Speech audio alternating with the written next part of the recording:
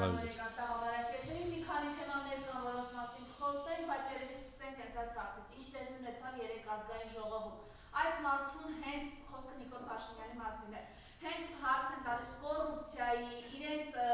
Երևանը կոլապսի վերածած վիճակի, դուք տեսնում եք այս երկու օրերին, ուղղակի ծովից ծով բարբերումով Երևան է, հոգեխանգարմունքի մեջ է ընկնում, ցնցումների մեջ է ընկնում, սաղը տանելու պետք է լստեմ ԱԱԾ պատվարները, ներողություն որ ուղիղ մեջբերում եմ պարզապես անում, ինչպես կգնահատեք այս իրողությունը։ Ես միայն մի բան եմ ուզում ասեմ մեր ժողովրդին, այս բոլորիս, որ ամոթ է ունենալ այսպիսի իշխանություն, այսպիսի պարլամենտ, անունը պարլամենտ էլ չի կարելի ասել, որովհետև մի անձ, որը որ մի տեղից գոռում է շպրտեմ քեզ այստեղից, այն մյուսն ասում է վերենգի տեղը, ես արդեն չեմ կարողանում հասկանալ, մենք ում հետ գործ ունենք։ Շատ բարդ է ընդհանրապես խոսել, երբ որ տեսնում ես, որ այն մարդիկ, որոնք որ երբևիցե չէին կարող երազել որևէ մի այդպիսի պաշտոն գրավեն, ինչ որ հանգամանքների բերումով, ինչ որ պատահականությամբ եկան հասան այդ աթոռներին եւ հիմա մենք դրանց ձեռքը կրակն ենք ընկել, որովհետեւ պետությունն է ջահանդամը թե իրենք ինչ կլինեն վաղը մյուս օրը, անկեղծ ասում եմ, ինձ համար բացարձակ արդեն հետաքրքիր չի թե այդ մարդիկ որտեղ են հայտնվելու, որ պատվալում են հայտնվելու, ինչ են անելու այդ մարդկանց հետ, հա, եւ դա բացարձակ հետաքրքիր, հարցն անում է, որ մենք պետականությունն ենք կորցնում։ Մեկն էլ կանգնել ասում է, չէ՞ լամաչում այդ Հակոբ Արշակյան, ասում է հիանալի է կառավարում բոլոր բնակավարները։ Եղբայր դուք լրիվ եք արդեն կորցրել ձեր իրողությունից, ձեր իրողության հետ հաշվի նստելը։ Որևէ մի բնակավար կարող եք ասել, որտեղ որ դուք ձեզ հաջողություններ ունեք, սկսած հարկայինից, սկսած турքերու, չգիտեմ ինչ տեսակի բոլոր շտրաֆներից, այսպես ասած եւ այլ, այդ բոլոր հնարավոր գների աճը, թոշակների պակասը եւ այլն, որևէ մի բնակավար, որտեղ որ իսկապես զարգացում կա, չկա այդպիսի բնակավար։ Ինչ որ էլ կա, միայն անհատների շնորհիվ է, նրանց կարողությունների եւ նրանց պատկերացումների շնորհիվ է։ Պետական քաղաքականություն արդյունաբերության զարգացման, գյուղատնտեսության լուրջ զարգացման վերաբերյալ չկա ու 7 տարի հերիք եղավ դուք անընդհատ այդ 7 տարի խոսեք մենակ դրա մասին, բադուկ է ռուսների մոտ որ մի խոսք կա, ասում որ բան չունի ասելու, ասում ատիվ շլյապի։ Ինձ սրանք են։ Հələ բան չունեն ասելու, մեկ դու ես, հետո դուք որտեղ եք, շուկայում եք, դուք որ բնակավարն եք ընդհանրապես ներկայացնում։ Դրա համար ես իրականում չգիտեմ, մենք ժամանակ էլ չունենք ախր։ Ես ամեն անգամ ասում եմ, որ քաղաքական դաշտը իսկապես պետք է կողմնորոշվի։ Այսպես մենք էլ ենք պատասխանատու դառնում։ Պարոն Սարգսյան, ամեն դեպքում այս ինչու անկավ այս ցցումների մեջ, ինչ վիճակում է ինքը։ Ես համոզված եմ, որ ինքը երբ որ չգիտի ինչ ասի, արդեն իսկապես դուրս է գալիս իր հունից, այսպես ասած, եւ երևի դա ընդհանրապես որևէ պետական ղեկավար իրեն թույլ չի տա տենց պահվածքը։ Երբևիցե ես այս տարիների փորձ ունեմ, ես կարող եմ ասեմ ոչ մի ղեկավար, որը իրականում ղեկավար է, որը գիտի ինչ է անում, ինչի համար է անում, սենց կեցվածք չի ունենա, երբևիցե։ Սա ցնցումներ են, հիստերիա է, չգիտես ինչ է, հետո ոնց կլինի, որ իրան ասեն, որ քո աչքի վերևը ունք կա, հանգարց էլի, թե չէ եսիմ, հա, կամ կոռուպցիայից խոսել է, կամ չգիտեմ, այդ նույն ծեծ ու ջարդից խոսել է, ես արդեն ասել եմ, ես չգիտեմ ինչ եմ արել, դու ոչ թե պետք է ասես, դու պետք է դա կանխես այդպիսի հնարավոր դեպքերը։ Այն մի աղջնակը վեր է կենում, ասում է, մենք այնպիսի հաջողություններ ունենք ներքին գործերի նախարար։ Այն մյուսը արդարադատության, ես բոլոր հարցերին պատասխանում, ըստ էության որևէ բան չկա, որ ասես թե այդ բնակավարում իրականում փոփոխություններ են կամ լավ է գնում եւ այլն։ Դրա համար ասում եմ, մեզ բոլորիս ամոթ, որ մենք այսպիսի իշխանությունը դեռ շարունակում ենք ունենալ։ Հանդուրժում ենք, այո։ Պարոն Սարգսյան, 2 օր առաջ գործընկերներս արտաշատում էին, որտեղ բարիքուն իմաստով գյուղացիները ցավից ուղղակի գրեթե արտասվում էին, բերքը ամբողջությամբ ոչնչացվել է,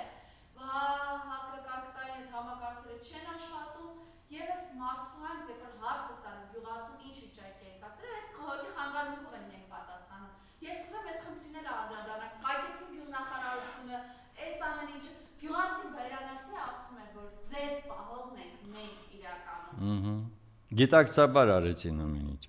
Գիտակցաբար հատուկ ծրագիր իրականացրեցին երկրի տնտեսությունը քայքայելու, վերացնելու համար, որովհետև գյուղատնտեսության նախարարությունը ոչ թե միայն նրա համար էր, որ ուղղակի ինչ որ հրամաններ արձակեր, այլ կազմակերպել գյուղատնտեսական աշխատանքները, գյուղացուն ազատել շատ ուրիշ խնդիրներից, որպեսզի նա կարողանար արդյունավետ աշխատել իր հողի վրա, եւ ընդհանրապես միայնակ չթողնել այդ սովորական մի գյուղացուն միայնակ չթողնել, նա անհրաժեշտ էր կոոպերացիա անի, նա անհրաժեշտ էր որպեսզի արտաքին շուկա դուրս գալու համար իր գլուխը չցավա իրացման համար որևէ բան, այս ամբողջը պետք է անի պետությունը, որովհետև եթե պետությունը լվանում է իր ձեռքերը, ասում է ես քեզ տվել եմ ինչ որ մի բան, հիմա էլ մի հատ մանկապարտեզ եմ կառուցում կամ դպրոցի վերանորոգում եմ եւ դրանով համարում եմ որ իր բոլոր գործերը կատարված են, այ դրա համար մենք ունենք այսպիսի իրավիճակ։ Պատկերացնենք։ Նորքինը այդ առանձին պատմություն։ Ես որպես օրինակ եմ բերում, երբ որ իրենք գլուխ են գովում, թե մենք էս արեցինք, այն արեցինք։ Ես էլ ասում եմ, իրական աշխատանքը կառավարության լրիվ ուրիշ բանի մեջ է։ Դուք կառավարություն չեք։ Դուք ընդհանրապես կառավարիչ չեք, որովհետև կառավարիչները գիտեն, որ այդ բնակավարը զարգացնելու համար անհրաժեշտ է այսինչ քայլերը։ Դուք այդ ամբողջին չեք տիրապետում, դուք գրագիտությունից զուրկ, փորձից զուրկ մարդիկ եք։ Միայն տրեյնինգներով ձեզ լեզու են դրել ձեր բերանը։ Բոլորի այդ մի հատկությունը դուք լավ ձեռք եք բերել։ Բոլորը, որովհետև ձեզ ժամանակին, չգիտեմ, որ հասակից սկսել են դաստիարակել, այնպես ինչպիսին հիմա դուք դարձել եք։ Միայն խոսել, ամեն ինչը լեզվակռիվանել, չգիտեմ, ես ինչին փորձել այդ ձայնով հաղթել եւ այլն, այս է ձեր էությունը։ Դրա համար ես ասում եմ, հապաղելը շատ բարդ իրավիճակում, այս իրավիճակում մեզ էլ է դարձնում պատասխանատու երկրի պետության ճակատագրի համար։ Դրա համար ես կարծում եմ այս պահին այլևս այդ մնացած խոսքը գնում էր օրինակ նույն պաշտոնանկ անելու վերաբերյալ։ Հիմա եթե մենք ուրիշ ճանապարհ չենք գտնում եւ այդ process-ը չենք, իմ ինջալոց ես ուզում եմ ասեմ, որ դա գործընթաց է, որը ոչ թե միանգամից պետք է 36 ստորագրություն կամ 54 ստորագրություն, դա գործընթաց է, որը կարող է գեներացնել շատ լուրջ process-ներ, որովհետև դուք կարող եք սկսել 10 ստորագրությունից կամ 5 ստորագրությունից եւ այդ գործընթացը քաղաքական դաշտում ավելի գեներացնել, քաղաքական դաշտ ավելի ամրապնդել եւ միավորել, որպեսզի դրանք բոլորը գնան եւ իրականում նաեւ ստանան ժողովրդական աջակցություն։ Այստեղ է որ մենք որևէ քաղաքական գործընթաց այսօր չունենք։ Հիմա պարոն Սարգսյան, ամեն դեպքում գալով էս գյուղացիներին, հա, մարդիկ պարզ բացատրում են, թե ինչ վիճակում են եւ անգամ բանկերները իրենց վարկեր չեն տրամադրելու, այս անտերությանը, որ իրենք մատնեն են գյուղացուն, իրենք ինչ են ուզում անեն, հա։ Ես արդեն ասեցի, իրենք հատուկ քայքայում են մեր գյուղատնտեսությունը եւ ընդհանրապես ամբողջ մեր երկիրը։ Հատուկ անում են, որովհետեւ եթե դուք ուրեմն խոստացել էիք, որ կարկտա հարության դեմ կաշխատի համապատասխան սարքեր, երբ որ դուք խոստացել եք, որ անպայման ուրեմն այնտեղ ցանցեր կլինեն, որոնք կապահովեն մարդկանց ուրեմն անվտանգ բերք հավաքելը եւ այլն, այս ամենը չեք արել։ Ուրեմն կնշանակի դուք հատուկ չեք անում։ Դա ուրիշ բացատրություն չունի։ Սա արվում է հանուն նրա, որպեսզի ընդհանրապես գյուղացին չկարողանա իրեն կերակրի, չկարողանա ներկայացնի շուկայում համապատասխան իր արտադրանքը եւ այդ պարագայում գյուղացի ստիպված է լինելու հեռանալ երկրից։ Ինչքան շատ հեռանան երկրից, այնքան ձեր գլուխը քիչ է ցավալու ձեր պատկերացմամբ։ Մենք գալով նաեւ իրենց կոռուպցիայի մեջ թալանի, դրա վառ օրինակն են նաեւ այդ Արտուչախյանը եւ Մեսրոպ Մանուկյանը, որ գնացել են այդ մանկապարտեզի հետքերը եւ դրան հաջորդած այդ ծեծուջարդը ու թաղապետը ընդամենը ներողություն է խնդրում Աբիմյանից։ Այսինքն սրանք իրենք ինչ նախադեպ են ստեղծում, պարոն Սարգսյան։ Լկտիության բեսպրեդելի, ինչպես ասում են, որովհետև դա եթե գնահատական էր տրվում, որ սա, չգիտեմ, որ երրորդ երկրից կամ չգիտեմ, ես ապշում եմ արդեն այս տրամաբանությանը, ուրեմն մեկը մյուսին ծեծ է տալիս, այն էլ ասում է, թե սա հրաժարված էր երրորդ երկրից, հա։ Է լավ աշխատեիք, եթե մանկապարտեզը ժամանակին կառուցեիք, որակյալ կառուցեիք, որևէ մի այդպիսի միջադեպ չէր կարող լինել։ Ինչի մասին է խոսքը։ Եվ ընդհանրապես միշտ փնտրել, որ դուք չեք մեղավոր, այլ ես ինչ գիտեմ, քերին է մեղավոր կամ հարևանն է մեղավոր, դա նշանակում է, որ դուք բացահայտ, ես բարձ ուզում եմ ասեմ, իմպոտենտ եք։ Դուք ոչինչ չեք կարողանում անել, անընդհատ պետք է մեղքը գցեք ուրիշի վրա։ Սա է բացատրությունը ձեր վարվածության, այսպես ասած, կամ այն ինչ որ դուք արեցիք։ Ծեծով ու ջարդով, այդ քուչի տղեկ եք։ Նրանք էլ գոնե ինչ որ կարգ ունեն, կանոն ունեն, 10 հոգով մեկի վրա չեն արձակվում։ Կամ էլ պետք է ասես, որ ես իմ այդ որ բարոյականությունն է ձեզ թույլ տալիս այդպեսի վարվածք, հետո էլ գնաք ուրեմն ոչ թե ներողություն խնդրեք ձեր արածի համար եւ միանգամից հրաժարական տակ ու դուրս գաք այդ տեղից ձեր պաշտոնից, որտեվ դուք արժանի չեք այդ պաշտոնին լինելու։ Եվ սովորական իրեն հարգող մարդը նույն րոպեին ինքը կգնար կասեր ես ներողություն, ես հեռացա, ես չեմ կարող լինել այդ անգամ թաղապետ չեմ կարող լինել։ Կրթվելը նորաձև է, այս Աշավը փաստորեն հիմա ծեծելը նորաձև է, հայհոյելը նորաձև է, ու այդ կրթվողի դիտակով Փաշինյանն է գնում ինչ-որ դասախոսություններ կարգում, երեք տեսակ համբալներ, պատվալներ։ Այո, կրթության նորաձև, այո, կրթում է մեր երիտասարդներին, որպեսզի նրանք նույն ձևով իրենց պահեն եւ վաղը իրենց հետ են տենց վարվելու։ Այդ նույն երիտասարդը, եթե այդ սովորությունը արդեն ձեռք բերեց, ինքը իրենց հետ էլ է նույն ձևով վարվելու։ Այո, դառնալու են նույնը, բայց իրենց դեմ, որովհետեւ հիմա արդեն իրենք տեղ են գրավում, որը որ իրենք կուզենան գրավեն, իսկ ինչով են իրենցից պակաս, ավելի լավ հայոյել գիտեն, ավելի լավ լկտություն կարող են անել, ավելի լավ ծեծ ու ջարդ սարքեն, ով է ասել, որ այդպիսի հարցերում մրցակցությունը չի լինելու։ Փաստացի դառնում է հետևյալը, որ եթե մեր հասարակությունը, ընդդիմությունը հանդուրժի այդ բոլոր քայլերը, ուրեմն կնշանակի նրանք օր-օրի ավելի կլկտիանան։ Շատ լավ, մայիսի 9-ին սպասվում է, երեկ էլ հաստատեց, որ ինքը գնալու է Մոսկվա,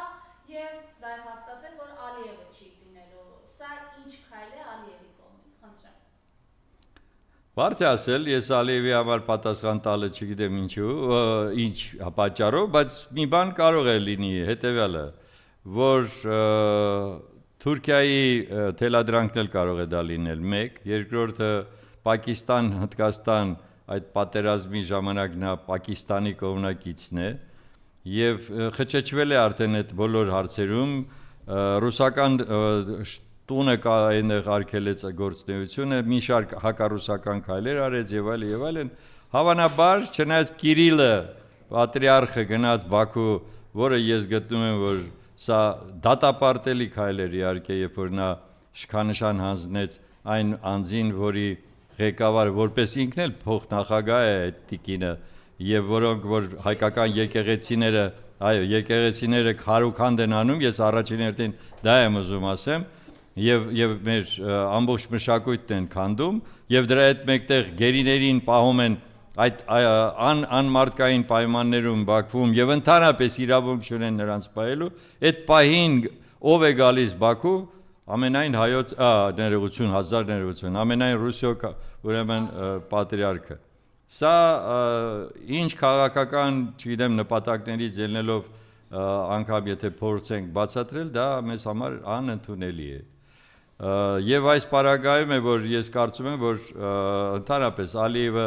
իրականում խճճվել է այն իր արտաքին քաղաքականության մեջ, այդ պրիորիտետները ուրեմն խառնվել են իրար, ինքը հիմա տեսեք քանի երկրի ծառա է, Թուրքիա, Պակիստան, Իսրայել եւ հավանաբար նաեւ որոշ այլ արաբական երկրների եւ հատկապես մուսուլմանական են ծայրահեղ երկրների հետ իր հարաբերությունները զարգացնելով, սա է հիմնական պատճառը։ Մնացածը կամ նրան ինչ որ ձևով հուշել են, թե ինքը այստեղ Մոսկվայում պետք է որոշակի խաղաղասեր քայլեր անի Հայաստանի նկատմամբ, համաձայնություն տա ինչ որ հարցերում եւ այլն։ Ես խիստ կասկածում եմ, որ այդպեսին լինի պատճառը, բայց դա էլ հնարավոր է։ Այնպես որ նրա չգնալը ոչ օգուտ է, ոչ վնաս։ Ինչ վերաբերում է թե ինչ անելու Նիկոլ Փաշինյանը Մոսկվայում, մեր մեջ ասած, մեր ներողություն, մեր մեջ ասած ինձ մոտ այնպիսի տպավորություն է, որ ինքը իսգոյ է լինելու, որովհետև մեկուսացված է լինելու, որովհետև այնտեղ որևէ մեկը իր հետ շփվելու որևէ ցանկություն չունի եւ պատահական չի, որ ինքն էլ ասեց, որ դա այն այցը չի, երբ որ մենք կարող ենք ուրեմն ունենալ հանդիպումներ, բայց փորձը ցույց է տալիս այսօրվա իրավիճակը այնպիսին է, որ Պուտինը արդեն հանդիպում է եւ Սի Ցզինպինի հետ եւ ուրեմն Կուբայի նախագահի եւ Վենեսուելայի նախագահի եւ այլն եւ ովքեր որ կգան այնտեղ, ես համոզված եմ նաեւ իհարկե Սլովակիայի նախագահի հետ, վարչապետի հետ կհանդիպի եւ այլն։ Այսինքն դու դարձել ես անիմաստ մի բալաստ, որին ուղղակի հրավիրել են, որպեսզի անունը լինի, ես կարծում եմ նաև հետևյալը։ Հայ ժողովուրդը այնպիսի մասնակցություն է ունեցել մեծ հայերենական պատերազմում, որ դրա միայն այս անձի պատճառով չերևար թե հայերը ինչպիսի հերոսություններ են կատարել այդ պատերազմի ժամանակ, նույն կլիներ վիրավորական մեզ համար, բայց այն, որ նաև մեր բանակի հատկապես մի ստորաբաժանում չի մասնակցելու շքերթին, դա նույնպես խայտառակություն է։ Ալիևի քայլը ամենևին կարելի է դեմասկերակել։ Դժվարանում եմ ասեմ, որովհետև դրդապատճառները մի քիչ պարզ չեն, ես էլ եմ կրկնում, նա ավելի շուտ խճճվել է այդ իր քաղաքական շահերի կամ չգիտեմ այս կամ այն հարաբերությունների մեջ, պետք է հասկանալ, ուղղակի առաջի անգամ եմ լսում, որ նա չի գնալու, եթե որոշ հաստատել է, ուրեմն կնշանակի, որ դեմարշ չի, կամ եթե դեմարշ է, ապա դա նշանակում է Ռուսաստանի քաղաքականությունը իրենց նկատմամբ փոխվել է, ուրիշ ոչինչ չի կարող լինել այդպես պատճառ։ Ռուսաստանը պետք է վերջապես կողմնորոշվի։ Ես կարող եմ մի բան համոզված ասեմ, դա, որ այս պահին Հայաստանը առաջնային ուրեմն հետաքրքրության շրջանակում է Ռուսաստանի համար այս պահին փոխվել է որոշակի վիճակ երկրորդ տեղում է Վրաստանը որտեղ Վրաստանում ինչպես տեսակ արդեն լավ հասկացան թե ինչ կլինի եթե իրենք Ռուսաստանի հետ թշնամությունը շարունակեն Կարծում եմ, որ ինչու՞ չէ Աբխազիայի հարցը նույնպես շատ մեծ նշանակություն ունի, իսկ Ադրբեջանը հակառակն է անում, Ադրբեջանը այսօր հակառուսական քաղաքականությունը ավելի է հստակ ներկայացնում, քան ժամանակին Նիկոլ Փաշինյանը եւ կարծում եմ այստեղ արդեն կողմնորոշվել են եւ այս պահին Ալիևը այլևս այդ հետաքրքրությունը չի առաջացնում, ինչպեսին ժամանակին էր։ Կա այնտեղ քաղաքական եւ տնտեսական շահ, հատկապես այն, որ մենք բոլորս գիտենք, որ ռուսական գազը եւ նավթը անցնում է հիմա Ադրբեջանի խողովակներով եւ այդ պարագայում իհարկե նրանք այդ փաստը հաշվի են առնում, դրա համար շարունակում են նրանց հետ այսպես կոչված սիլիբիլին, բայց կգա պահը, երբ որ դա այդ ամբողջը կկարգավորվի Ուկրաինայի հետ կապված խնդիրը եւ Դոնալդ Տրամպի հետ հարաբերությունների հստակեցումից հետո բոլոր իրավիճակները կփոխվեն։ Եվ մինչև սրանց գալը այս օրերը մեզ համար հաղթանակի հպարտության օրեր են Շուշի ազատագրման, եռատոնը մեր, որը իրենք ոչնչացրեցին։ Եռաբլուրում էր Սասուն Միքայելյանը, նորից հարցին դժբախտ եւ դժգույն էր Շուշին, ինչպես ձեր ղեկավարն այսպես ասենք ասում, փախավ, որևէ հստակ պատասխան չտվեց։ Սա այն ԵԿՄ-ը, որը կառավարությունից մեծ գումար է իջալած վերջերս ստացել, ինչ է փնտրում եւ ինչ չի գտնում Սասուն Միքայելյանը ըստ եւ այս օրերի հետ կապված ինչ կարող եք ասել։ Ինչպես իրենք ոչնչացրեցին։ Ես չեմ ուզում մեկնաբանեմ Սասուն Միքայելյանին, որովհետեւ մեկնաբանելու բան չի։ Միքայելյանը որ այսօր հարցը սուղում, ասում եմ մենք դիրքերում ենք, մենք սահմաններն ենք։ Հա, լավ են անում։ Բայց մենք պետքա մեզ խելոք պահենք, որ Ալիևին չջղայնացնենք։ Մենք տեսանք ինչ դիրքերում են, որովհետև այդ բոլոր բարձրունքները հիմա ադրբեջանցիների ձեռքում են, համարյա ամբողջ շարավիղով, այդ շատ լուրջ բան է։ Նրանք հիմա վտանգի տակ են դրել ամբողջ մեր պետությունը, մեր երկիրը։ Եվ իրական Հայաստանը եւ ոչ իրական Հայաստանը, ձեր պատկերացրած իրական Հայաստանը։ Այնպես որ թող Սասուն Միքայելյանը եւ նրա ընկերները քիչ խոսեն նրա մասին, թե իրենք պաշտպանում են։ Պաշտպանողը այն ժամանակ էր պետք, երբ որ այս տղան ձեր ղեկավար կոչվածը հանձնում էր մեր տարածքները, երբ որ նա համաձայնվում էր բոլոր նրանց պահանջների հետ, եւ հիմա էլ է շարունակում դա անել։ Դրա համար իսկ մեզ համար մայիսի 8-ը եւ մայիսի 9-ը եւ եռատոնը այն բարձր նշանակություն ունեն պետության ու ժողովրդի համար, ազգի համար, որը որ պետք է միշտ հասկանա, որ այդտեղ այդ պահին ինքը եղել է հաղթողների շարքում, ինքը եղել է հաղթող։ Այսօրվա դրությամբ մենք հայտնվել ենք այն շարքում, որտեղ համարյա մեզ հետ որևէ մեկը չկա, այսինքն պարտվածները, որոնք որ պարտվել են, մենք եզակի ենք այդ շարքում։ Եվ սա է խնդիրը։ Եվ սա է, որ չի կարելի հանդուրժել։ Մարդիկ հաստատել են, հայը հաստատել է, երբ որ կազմակերպված է, երբ որ ինքը գիտի ինչ գաղափարի համար է կռվում, ինքը հաղթող է։ Դա եղել է եւ մեծ հայրենական պատերազմի ժամանակ, եւ առաջի ուրեմն Արցախյան պատերազմի ժամանակ, եւ ինչու՞ չէ 16 թվականի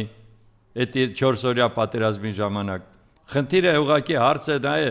ով է ղեկավարում, հանուն ինչի է ղեկավարում եւ ինչ պարտավորություն է կատարում իր ժողովրդի առաջ, այլ ոչ թե պարտավորություններ է կատարում թշնամու առաջ, որ ես հիմա կգամ սահմանադրությունից ուրեմն կհանեմ հռչակագիրը, մենք այլևս ձեզ ոչ մի պահանջ չունենք, մենք ամեն ինչից եւ երեկվա բացատրությունը ես միշտ զարմանում եմ, թե ինչու այն падգամավորները այնտեղ են, չեն պատասխանում նրան, թե ինչ է նշանակում այս 30 տարվա բանակցությունների արդյունքը որն է եղել։ 30 տարվա արդյունքը եղել է նա, որ Արցախը եղել է հայկական։ Եվ հիմա հարցը հետևյալն է, ոչ թե Հայաստանը այս պայմաններում, որ իբր վախենում է ասել, որ Արցախը պետք է լինի անկախ, Արցախը ինքը իրավունք ուներ եւ նորից եմ ուզում դա շեշտեմ, սա է մեր գլխավոր կռվանը։ 150,000 հայ, որոնք ապրում էին իրենց բնորանում, իրենց իրականացրել են իրենց ինքնորոշման իրավունքը, որը ընդունված է եղել միջազգային հանրության կողմից եւ դրա համար է ԵՀԿ-ն ստեղծել Մինսկի խումբ եւ Մինսկի խմբի համանախագահներ։ Հարգել է 150,000 հայի իրավունքը ինքնորոշվելու իր սեփական տարածքում։ Դրան իրավունք է տվել նաեւ սովետական միության օրենքը 90 թվականի ապրիլի 3-ի։ Սա է գլխավոր խնդիրը։ Եվ հիմա դու որևէ իրավունք չունեիր ասելու թե դա Ադրբեջան է, որովհետև չգիտեմ ինչ հիմարություններ դուրս տալով։ Խոսքը գնում է նրա մասին, որ Արցախը եղել է ինքնուրույն միավոր, անգամ այդ բոլշևիկների տված այդ ուրեմն հրամանով Ադրբեջանի կազմում էլի եղել է ինքնուրույն, որտեղ ունեցել իր սեփական իշխանությունը, իր սեփական տարածքը, իր սեփական ժողովրդին եւ իշխանությունները։ Այս ամբողջը եղել են պետական էլեմենտներ, պետականության էլեմենտներ։ Դու ով ես որ կանգնես ասես թե սա մեր գործը չի, թե ինչ է, որովհետեւ դա Ադրբեջան է։ Նրանք այդ իրավունքը օգտագործել են եւ անկախացել էին Ադրբեջանից։ Այսա է գլխավոր մենխես հարցի։ Թե հետո միավորումը ոնց կլիներ, ինչ կլիներ հանրաքվեի արդյունքում, դա այլ հարց է։ Դուք էությունից եք հեռացել։ Հարցի հիմնահարցի էությունից եք հեռացել։ Եվ ես ուղղակի ստիպված եմ միգուցե պետք է ձեզ լիգբեզ անել, բայց դուք դրա ցանկությունը չունեք։ Դուք չեք ուզում լսեք այն, ինչ որ ձեզ հիմա այս պահին ձեռնտու չի, որովհետև դուք պետք է ամեն կերպ, ամեն մի հիմար դատողությամբ փորձեք ձեզ ուրեմն հանգարց ուրեմն արդարացնեք, թե դուք ինչ եք այդ քայլը արել, որովհետև արևը այդ օրը դուրս չէր եկել, դա արևն էր մեղավոր։ Ուրեմն ժամանակվա այն ուրեմն ղեկավարները այս սենց էին արել, ես էլ դրա համար սենց արեցի։ Նրանք ամեն դեպքում են 3 ղեկավարներ Արցախը պահել են հայկական։ Եվ Արցախը եղել է իրականում Հայաստանի մի հատված։ Ես դու ես քո ես ապաշտոր քաղաքականությամբ, չգիտեմ ինչ ուրիշ քաղաքականությամբ բերել հասրել մեզ այս ողբերգության։ Այսա է ամբողջ մեղադրանքը։ Դրա համար նորից եմ կրկնում բոլոր նրանց, ովքեր չեն կարողանում գոնե մի քիչ գրագիտություն ձեռք բերեն, որ Արցախի հիմնահարցը նրա էությունը ինքնորոշման իրավունքի իրականացումն է եղել, որը բոլոր միջազգային նորմերի եւ սկզբունքների համապատասխան դա իրականում ընդունված է եւ ՄԱԿ-ի կողմից եւ ԵՀԿ-ի կողմից եւ բոլոր միջազգային կառույցների կողմից։ Եվ եթե էլ ուրիշ բան չունեք խոսելու, գոնե ցեններդ կտրեք, նստեք։ Բաքվում շարունակում է մեր ռազմագերիների գործող շինծու դատարանությունը, նոր կադրերը արդեն հրապարակել են, խնդրեմ ինչ կարող եք ասել, դուք բազմիցս խոսել եք այս մասին։ Սա եւս մի խայտարակությունն է, որը ամբողջովին այս իշխանության Նիկոլ Փաշինյանի խղճի վրա է, որովհետեւ իշխանությունը, որը իր քաղաքացիներին, իր հայրենակիցներին չի պաշտպանում, ձեր փոխարեն ոչ ոք դա չի անելու։ Եթե դուք փորձում եք ինչ-որ բան ասեք, թե մենք անում ենք, բայց այդ չի երևում, լսեք, մենք էլ դիվանագիտության մեջ փորձ ունենք։ Ես էլ շատ լավ գիտեմ, թե դիվանագիտության առումով ինչ է ճիշտ, ինչն է սխալ։ Բայց այս այն պահն է, երբ որ Հայաստանի Հանրապետության կառավարություն կոչվածը պարտադիր պետք է համապատասխան երևացող քայլեր աներ։ Օրինակ, բոլոր պետությունները պետք է ստանային համապատասխան նոտա։ Այն ինչ որ արվում է Բաքվում, դա անօրինական դատավարություն է, այսպես կոչված։ Ուրեմն դրանք բոլորը պետք է իմանային ձեզնից, պաշտոնապես դրանք պարտավոր չեն իմանալ, թե ինչու եղավ, ոնց եղավ, իրենց հետարքիր չի դա։ Դուք եք պարտավոր դրանց բոլորին, բոլոր պետություններին, ՄԱԿ-ի անդամ պետություններին նոտա ուղարկել։ Սա մեկ։ Երկրորդը, եւ դա պետք է արվեր բարձրաձայն։ Երկրորդը, դուք պարտավոր եք համապատասխան այլ գործողություններ անել, եթե Բաքուն չի համաձայնվում բաց թողնել մեր գերիներին։ Դրա համար նույնպես կան միջոցներ եւ պետություն ղեկավարողները շատ լավ գիտեն ինչպիսի միջոցներով դա կարելի է հասնել։ Եթե անգամ անհրաժեշտ էր, այո, կարելի էր պատանդ վերցնել իրենցից մի քանիսին, որպեսզի նրանք հասկանային ոնց է եղել։ Բոլոր ես առանձնապես գաղտնիք չեմ բացում։ Ցանկացած այդպիսի կոնֆլիկտերում ոնց է եղել, ես փոխարինում եմ այս ինչին դրանով։ Համաձայն ես, արի փոխարինենք։ Բայց դու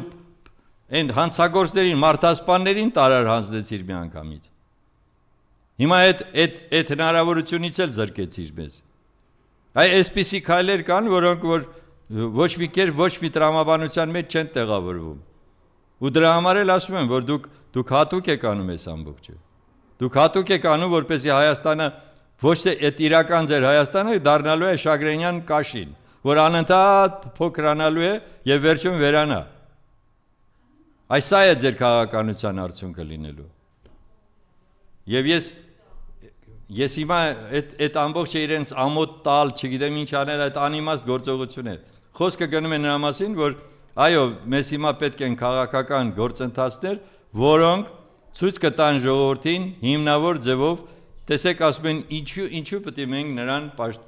ուրեմն պաշտոնան կանենք կամ, չգիտեմ, նրանից փորձենք ազատվել։ Բերեք շարենք, մենք արեցինք, միասին շարժումը 100 պատճառով հանդես եկավ, որ ինչու պետք է նրան պաշտոնան կանեն։ 100 պատճառը, հələ ես հիմա որ ավելացնեմ կդառնա 200, կարող է դառնա 300։ Բայց գլխավոր պատճառը նա է, որ Հայաստանի Հանրապետությունը այսօրվա դրությամբ իսգոյ է դառել քաղաքական այս ասպարեզում։ Այս է գլխավոր պատճառն է, որ Հայաստանի Հանրապետությունը հնարավորություն չի ունենում անգամ իր քաղաքացիներին պաշտպանելու։ Լեզուն չի բացվում ասի, որ ես ինչ ես անում, դու ինչ իրավունք ունեիր ընդհանրապես իմ քաղաքացիներին ձերբակալեիր։ Էս է այսօրվա ձեր եղած չեղածը։ Դրա համար մենք խնդիրը պարզ երևում է, որ անգամ եթե խորհրդարանում, չգիտեմ ինչ անհամաձայնություն կա ընդդիմադիրների միջև, բայց այս գործընթացը ավելի պարզ ձևով ներկայացված է, որ եթե մենք սկսում ենք այդ ստորագրավակը, կարող ենք դա մինչև սեպտեմբեր էլ ձգել, բայց այդ գործընթացը, քաղաքական գործընթացը հնարավորություն է տալիս համախմբել նաև քաղաքական դաշտը Եվ բերել նրան, որ այնտեղ արդեն համաձայնության գալ բոլոր տարբեր ինչն է մեր նպատակը։ Բոլորդ եք ուզում, որպեսզի այս իշխանությունը հեռանա։ Ուրեմն եկեք բոլորս միասին այդ գործողությունները իրականացնենք։ Գնում եմ Մոսկվա, բայց սրա ֆոնին մենք տեսնում ենք, որ ել ավելի մեծ թափով իրենք ներառում են հակառուսականությունը, տեսակ Ալեքս Սիմոնյանն էլ ասում էր, Ռուսաստանը մեծ փողեր է ծախսում Հայաստանում հիբրիդային պատերազմ իրականացնելու, հենց նոր ազգային ժողովի ճեպազորույցի ժամանակ էլ ասում է, պատերազմը գցեցին ջեբներս, ասում են, որ մենք զանգենք ռուսներին, խնդրենք կանգնեցնեն։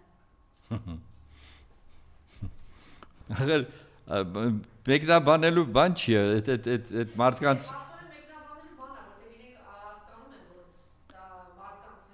Անժելա ջան, ես հասկանում եմ, որ իրենք անընդհատ փորձում են սրսկել մեր մարդկանց գիտակցության մեջ, որ իրենք ոչինչ մեղավոր չեն, ոչինչում, այդ ամբողջը արել են մյուսները։ Հա, հակառուսականությունը պարզ է, եւ հակառուսականությունն էլ բերում է նրան, որ իբր իրենք կարող են առանց Ռուսաստանի, դե որ այդքան տղամարդ եք, եկեք պարզ խոսենք, եթե այդքան տղա ես, դե եկեք հրաժարվեք ԵԱՏՄ-ից։ Դե դուրս եկեք ԵԱՏՄ-ից։ Հենց հիմա։ Եթե դուք ամեն ինչ արել եք, որպեսզի մենք լինենք սուվերեն եւ ինքնաբավ հանրապետություն, դե դուրս եկեք։ Բայց ինչ եք ուզում օգտվեք նրա բարիքներից։ Չեք կարող չօգտվել։ Հետնել ուրեմն են փոքր ժուլիկի նման անընդհատ ինչ որ բաներ ասել, հա։ Այդ ձեզ այդ բոլորը բացայտ իրեն գիտեն, դուք ով եք եւ ինչ եք ձեզից ներկայացնում։ Եվս մեկ անգամ Հա, բոլորը իհարկե, բայց Ես կարծում եմ, որ այս ամբողջ ասում եմ, այս մանր ժուլիկությունը մի առ ժամանակ հետո կավարտվի իհարկե, բայց ուղղակի մենք իսկապես անհարմար ամոթալի վիճակում ենք, որ այս մարդիկ մեզ կարող են ինչ-որ ձևով ուղղորդել կամ ղեկավարել, ես անգամ վախենում եմ այդ բառը ասելու ղեկավարել բառը, ինչ դրանք ով են, որ ղեկավարեն մեր ազգը, մեր պետությունը